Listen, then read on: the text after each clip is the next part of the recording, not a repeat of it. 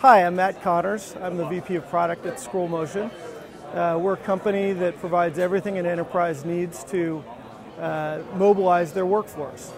We work with some of the largest companies in the world, and those companies are using our product to create really beautiful sales and marketing apps and content, training apps, dynamic event and catalog apps that can be updated remotely by the business owner, and even more complex apps like rules-based insurance forms.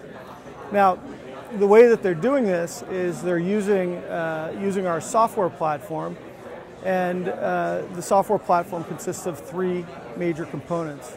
One is an authoring environment, and that can be there's a WYSIWYG tool for people who don't know how to code to create the basic content, lay things out.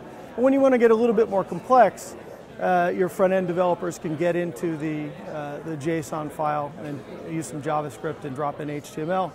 And then that's all deployed to the other of the three components. We have an app with lots of capabilities. It's a native app for different platforms, and that reads the content that the creative folks created.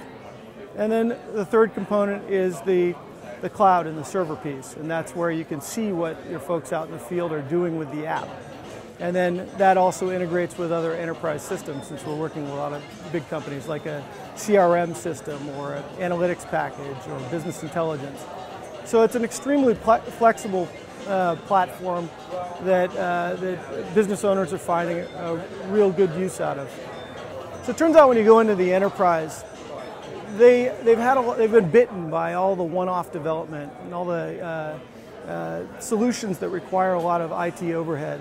And so I think what business people are responding to with ScrollMotion is that, once they pass the security test with the IT department and they integrate with the other, whatever their systems of record are in the enterprise, like a CRM system, then they're really free to create content and deploy content using our platform without having to go back to the IT guys and get a lot of help from them.